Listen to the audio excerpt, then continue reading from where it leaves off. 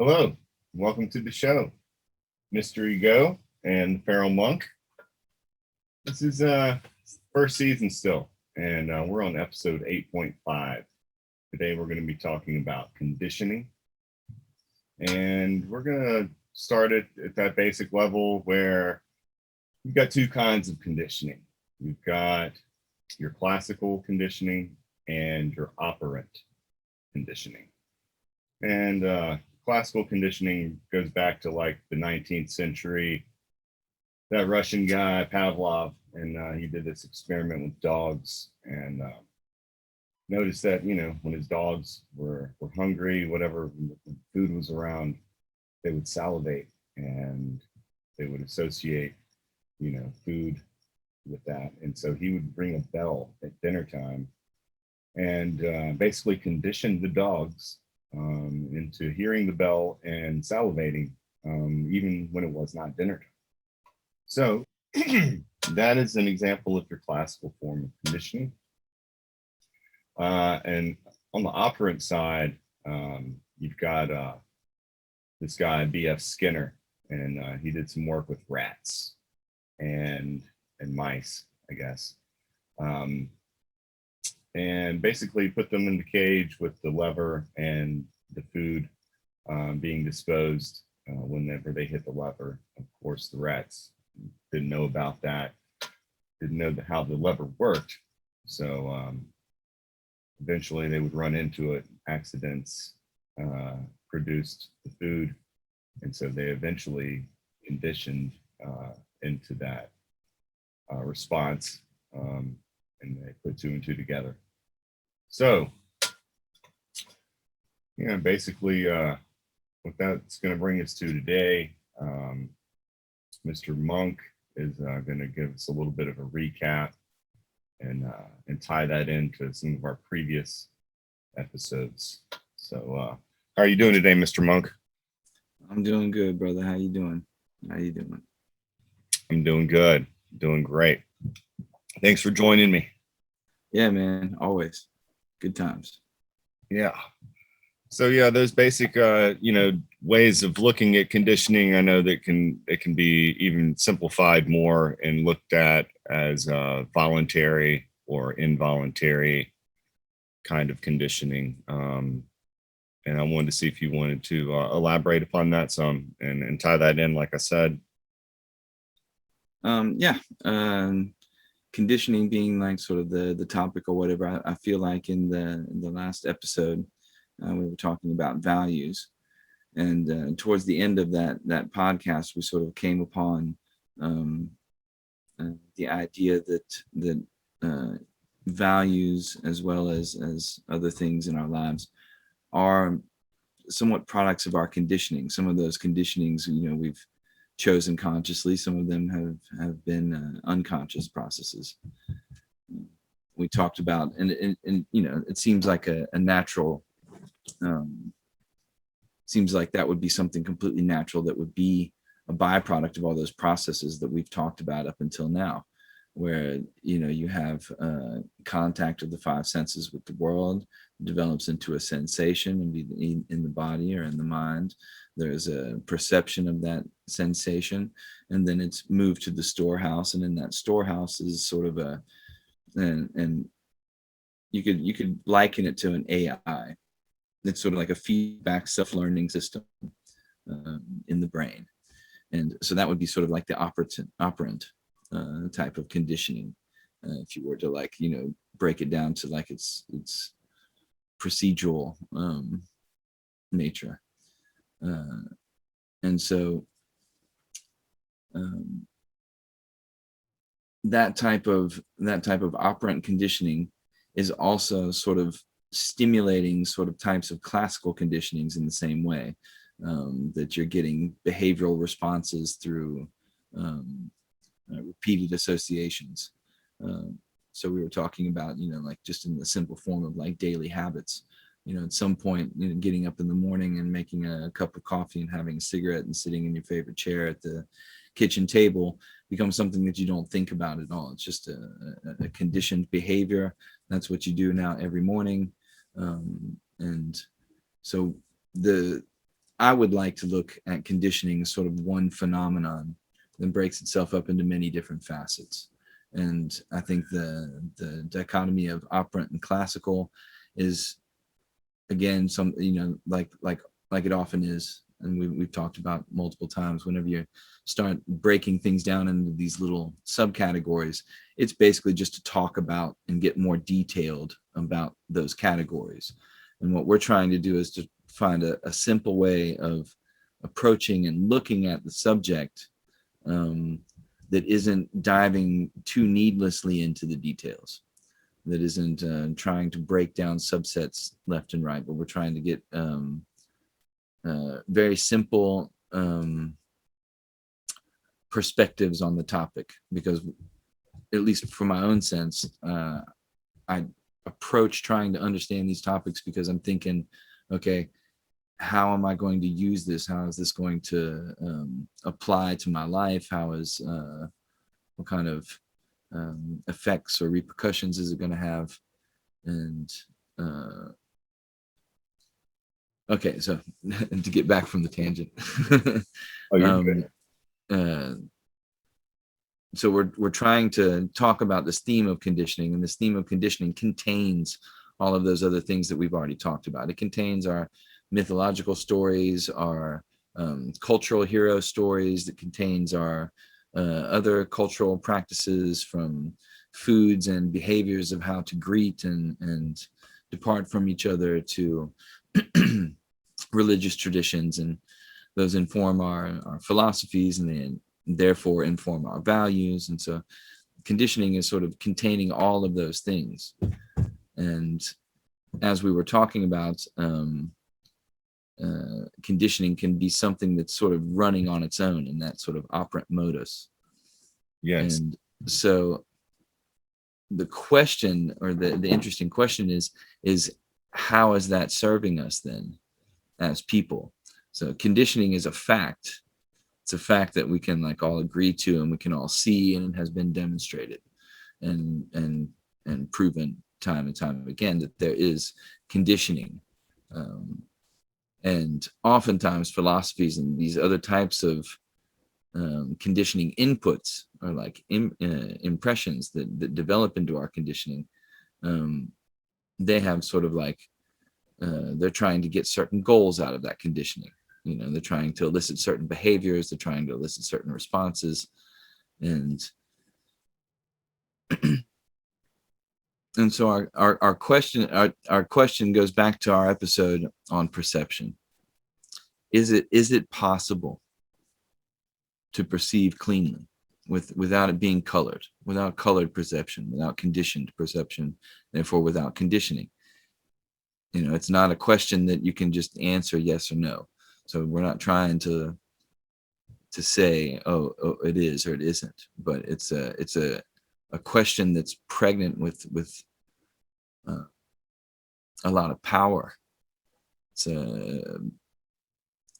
because we can all experience in our lives moments where our unconscious conditionings left to continue on have caused us needless suffering, caused us to make stupid decisions, to act rashly, to overreact to something emotionally or whatever, to get into fights, to get into all of these different problems. And so, let's talk about that involuntary conditioning that you're talking about, the subconscious conditioning that we all have.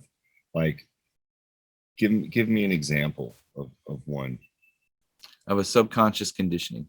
So the habit with the coffee thing. It's something that maybe you choose to do in the beginning. It's like a conscious thing that you've decided. That action stimulates certain types of sensations and responses inside of you. It goes into the feedback loop, and so it's voluntary at first.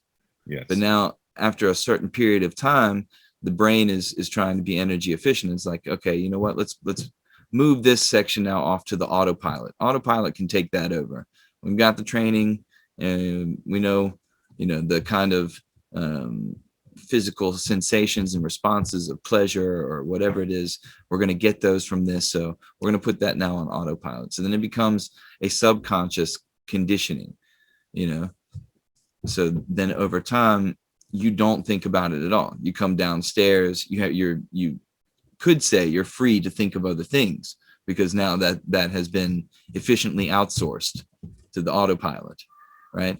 And so that in those types of situations, it's not really a problem, is it? It's not really like I mean, unless, like I am, I'm slightly allergic to coffee, and it was really hard to give coffee up because it had become exactly that. It had become a subconscious, routined, conditioned action that, for me, the morning was like, Pavlov's bell. It was in my subconscious. The morning was associated with coffee, cigarettes, whatever. It was associated with a routine and elicited a physical behavior, and elicited also getting up and having the physical, maybe you could say that's like the dog's saliva, but having like the physical desire for the taste of the coffee in my mouth, And so those would be conditionings that are more or less healthy, or more or less, but they're not dramatically problematic. The types of conditionings that I think that become subconscious,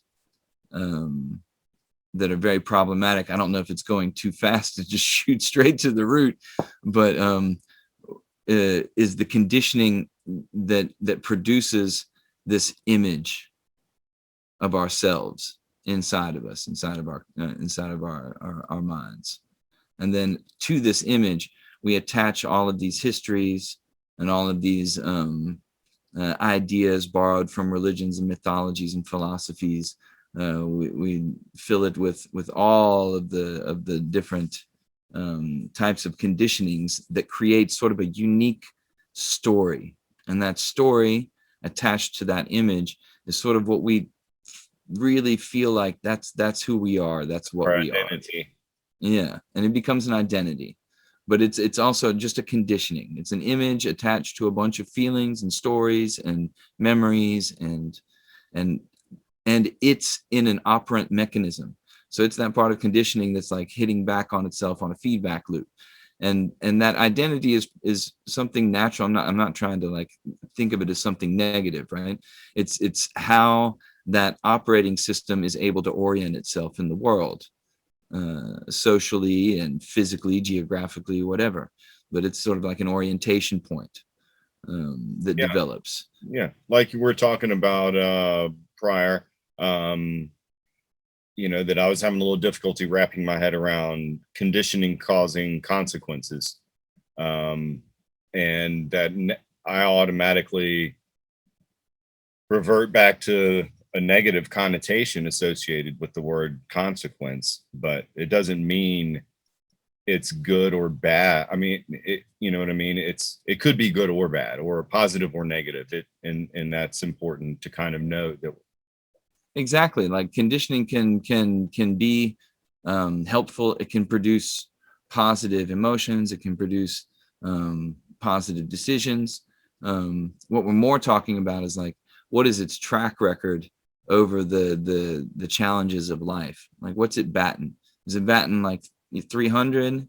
Yeah. Which is a good batting average in Major League Baseball, but not necessarily what you want to be batting for like dealing with life's challenges.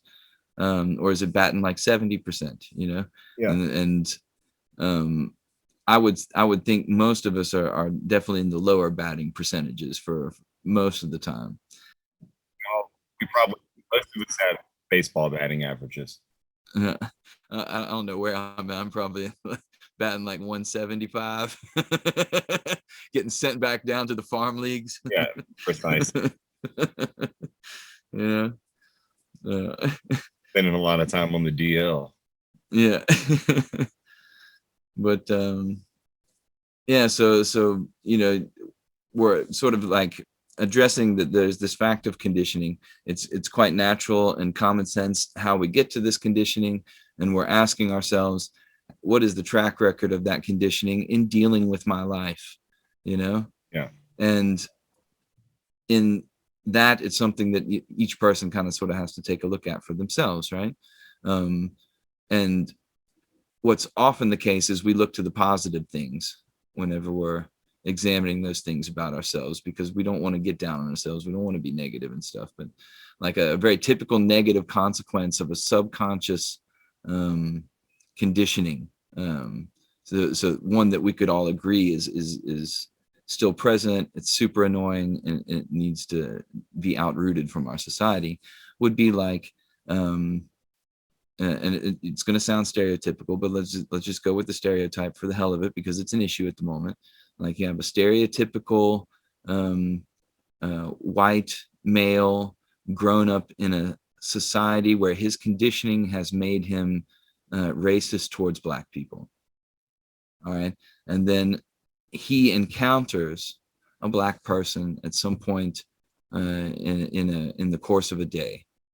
And then that conditioning jumps up and causes him to judge that Black man or woman according to the list of attributes that he has conditioned himself with, whether it's they're poor or they're this, that, and the other. I don't want to go into those things because I find that kind of language terrible. Mm-hmm. But that's an example of like where conditioning has caused an unconscious response just to the color of another person's skin. So like conditioning left to go on autopilot can go really bad, right? Like that would be like it could cause him to become violent. It could cause him to murder that man, or to shout insults at him, or to make him feel uncomfortable, or drive him away from the area, or whatever. And so that would be like an extremely negative expression of conditioning that's sitting in the subconscious of certain cultural of that impetus of feedback loop and cultural stuff going on. Yeah, absolutely. And so if we know that like there are certain things that are good for the autopilot to take care of, and there are moments where the autopilot is like the absolute worst thing to go with, like in the case with the developing violence and racism and these different types of attitudes that can have negative consequences, then you would want to say, are the few moments of like positive conditionings outside of the utilitarian part of it? I mean, the utilitarian stuff, how to drive a car, how to, those types of conditionings, we need those. They're not a big problem. We can leave them there. Has nothing really to do with like the ego and the sense of arrogance and pride that leads to violence and all of these other character flaws. So we can leave the utilitarian thing aside. We have to ask ourselves then, are the few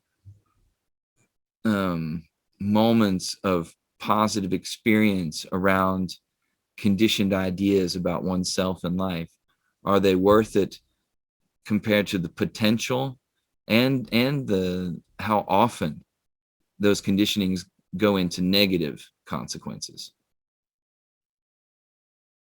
And that's like just having a real honest conversation with yourself. Like, if your conditioning is being American or Belgian or Italian or Indian or whatever, whether it's conditionings associated with your gender, conditionings associated with your sexual preference, or with whatever else,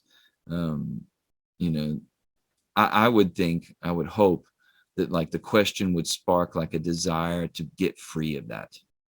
Like, hey, you know what, this conditioning thing, it gives me like some lollipops here and there to suck on, but like in the larger general picture, it tends to go awry in situations too often, and it has too much of a potential for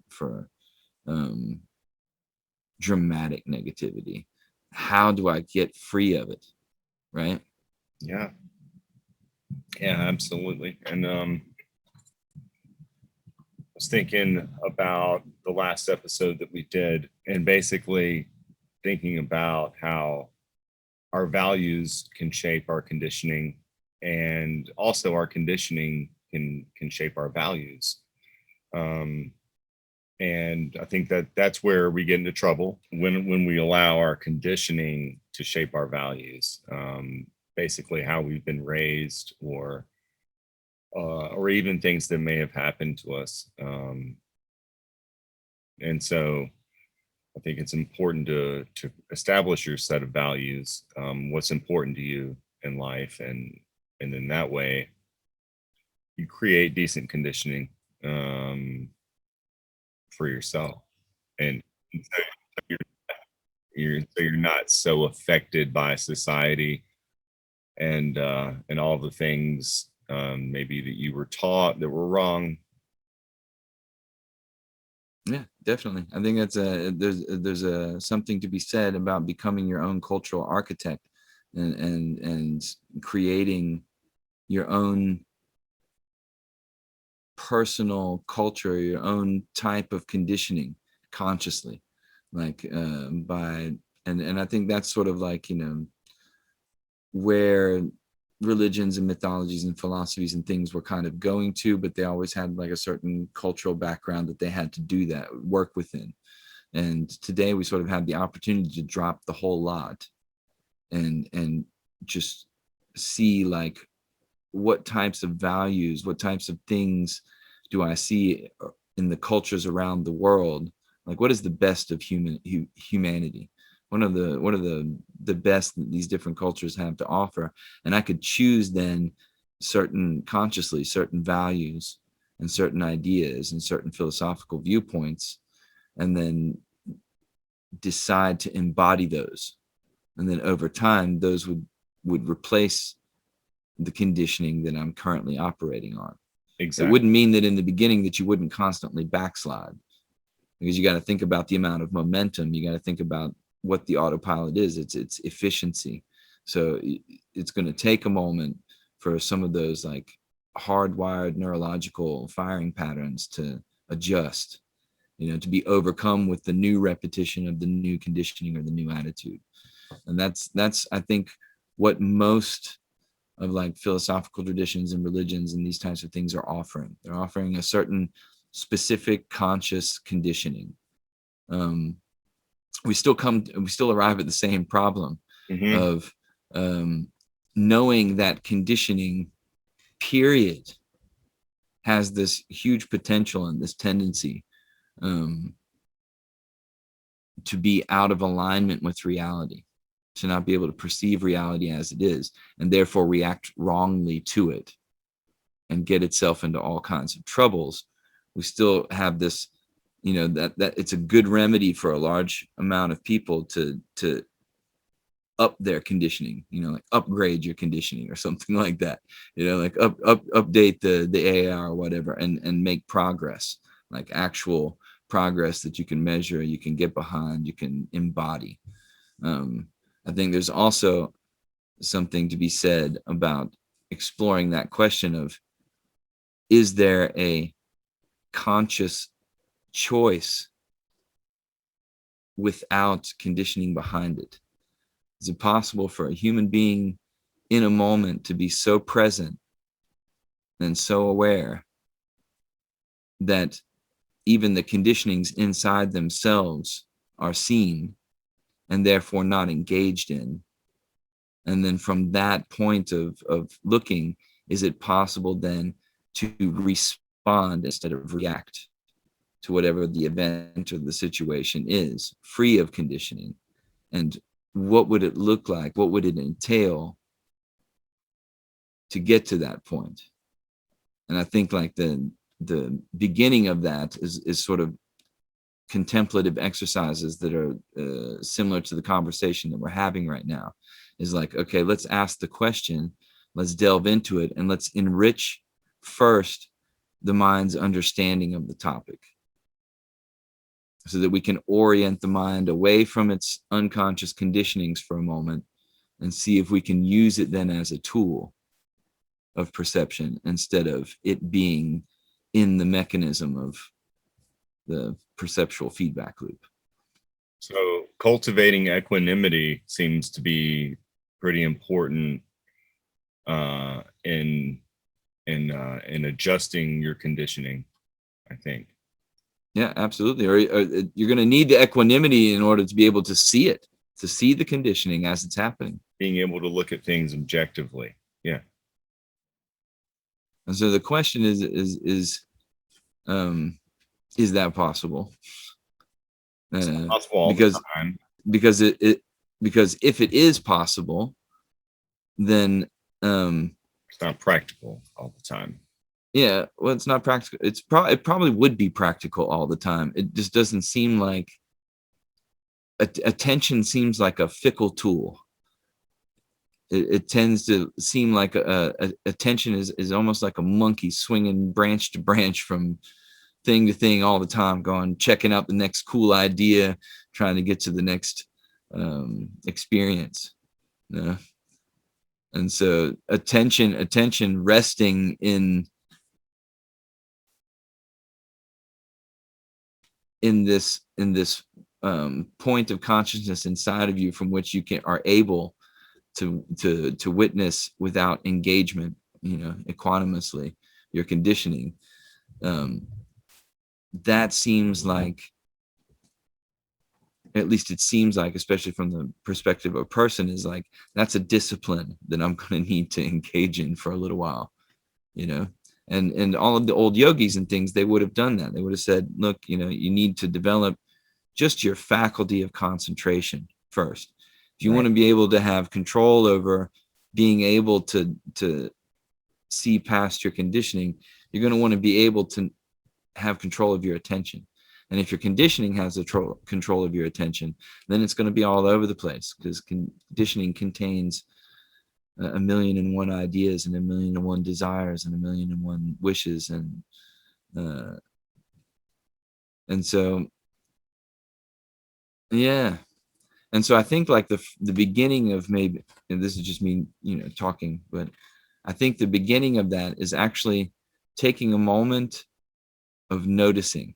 It doesn't have to be in a specific position. It doesn't have to be in a special time of day. There doesn't need to be any altars or rituals, or just a very simple taking a moment. Anytime you think of it, to take a moment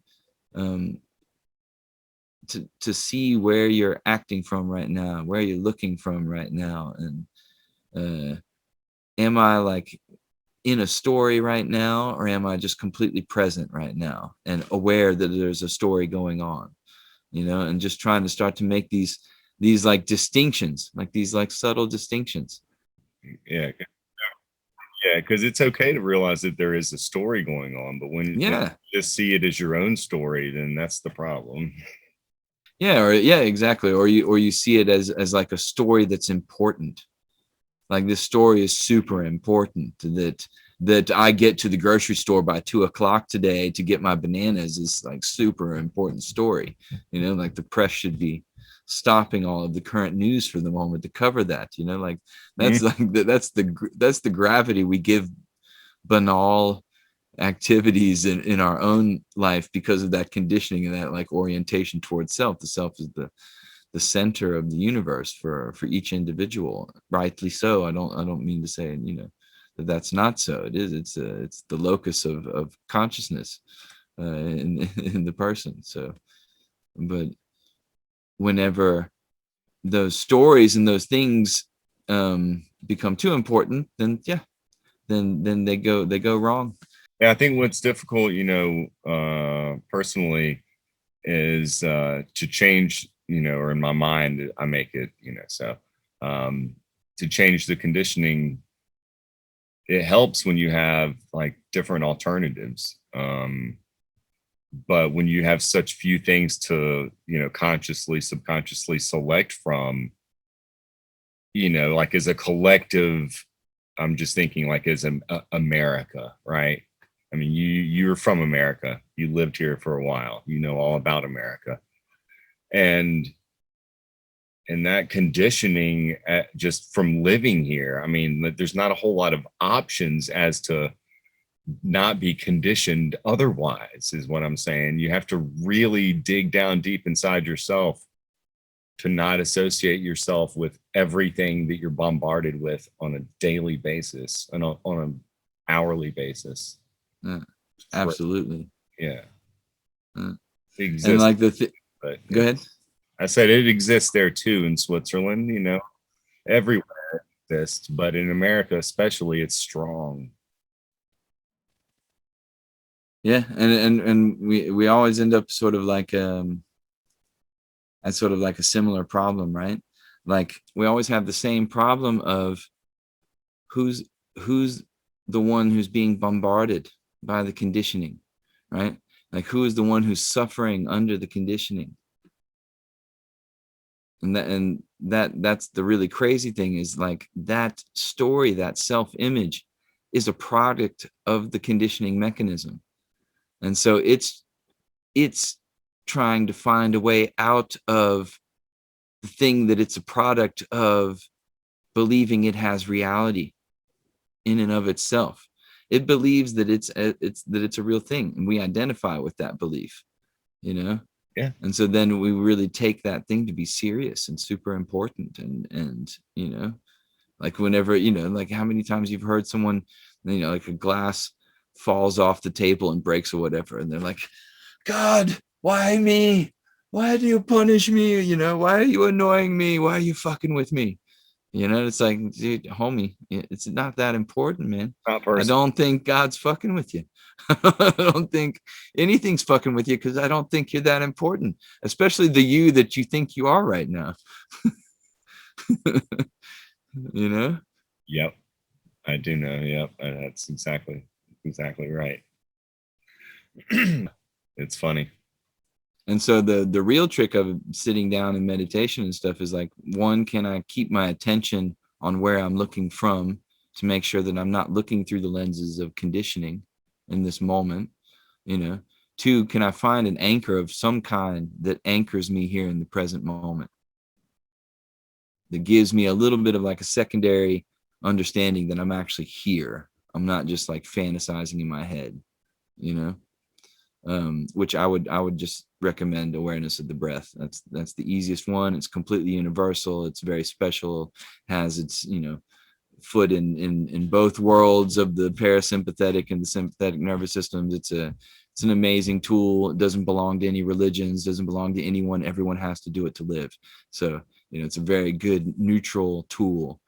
And so you've got to like sort of get some of these prerequisites established. And so in the beginning, that's maybe what the discipline is. The conditioned identity is sitting down as a seeker, with its story, and like, I'm going to do these exercises or whatever. But the tool itself, like the tool of concentration, the tool of being able to hold the attention, these things become sharper and sharper the more they get used. Just like any muscle gets stronger the more that it's used. And so you're just putting in that time, maybe in the beginning, until that moment happens. And it's an organic moment that's going to happen, for each person in the time and under the circumstances that it does. There's, there would be like a formula that you could just give humanity and say like, all right, just, do X, Y, and Z now, and you're going to wake up completely to all of your conditioning. And no, it's like, it's a process of like, earnestly seeing the value in it. And that's why you're doing it. Otherwise you're the conditioned image of self who's doing it because it looks cool to be a meditator. Or, like there's that hot chick at the yoga class I've been really wanting to pick up. Maybe if I do some meditation, like the next couple of weeks, I'll have some really cool insights and I can impress her with it. I think she smiled at me last week. You should go over and say hello to her. You shouldn't have done that. Yeah. Exactly. Yeah. And so I think it's more like important because our mind and that conditioned mind wants to jump already to like the end result. It's like, okay, tell me how to get out of conditioning right now in like 3 easy steps. Make it into an audiobook. Let me be able to get it on Amazon and run it through my iPod, and then I'll do it. No, you have to see the value of how your conditioning is leading you into miserable circumstances, at a completely random and irregular rate, and it's not necessary. Feedback. Like that feedback loop and all of that automation and the autopilot and stuff are good for some things, but be the master in your own house. Don't let the servants boss you around and tell you what you have to do. And that's sort of what you do with the mind. The mind is a servant that's become this extremely loudmouthed, arrogant, aggressive ego who's like actually trying to tell you how you think, how you feel, what you should do. And that mistaken identity allows us, okay, that's how I feel. That's how I think. That's what I should do. And then we get ourselves into a lot of trouble. And I think I can't remember who it was that said it. It's not complex, but it's difficult. And it's difficult because it's so close and it's so obvious that you just overlook it. Yeah, such as with a lot of things in life. Indeed. Well, I think that's a pretty good little end to this episode. Did you have anything else that you wanted to add on conditioning? No, I think, like summary wise, it would be to say, like in this conversation, talking out loud, which I probably did way too much talking. I apologize for that. But it's I think it's good for us to be aware of where these conversations have gone through. We understand how perception gets colored and develops into conditioning, through our culture and religion and daily experiences and all of these things. We've gotten to a good capacity to see that and see how our values are emerging out of that, and then seeing how the consequences of all of those different conditionings colliding in society. I mean, just turn on the news, clashing all the time and escalating in violence a lot of times. That there seems to be a need to take the reins back and be like, hey, my autopilot shouldn't be telling me how to feel about these things. My autopilot shouldn't be informing me how to see the world. And so either I'm going to choose my conditioning and I'm going to choose my values and I'm going to embody them. And then my spiritual practice becomes the embodiment of those values into a new form of better conditioning. Or I'm going to try to tackle the not complex but difficult task of stepping out of conditioning and what that implies through the ability to be able to do that image and that story and all of that actually has no true reality to it. And so you kind of have those two options of, at least from how our conversations have developed, those two options have revealed themselves as being viable. Yeah. And so I think from there we can kind of move on, to other topics like revolution. Yep, it's coming up. I think I'll finish with the quote. Stephen R. Covey, or Covey, pardon me if I'm mispronouncing that. It's probably Covey. The reflection of the current social paradigm tells us we are largely determined by conditioning and conditions. Yeah, so if you don't like your current situation, it's probably because your conditions. And you might want to change your conditioning if you can. And we understand there's people out there that can't change their physical conditions. So Absolutely. Only do what you can do. Thanks for tuning in. I hope everyone has a good rest of your day or evening wherever you are out there. And catch you next time. Mystery Go out.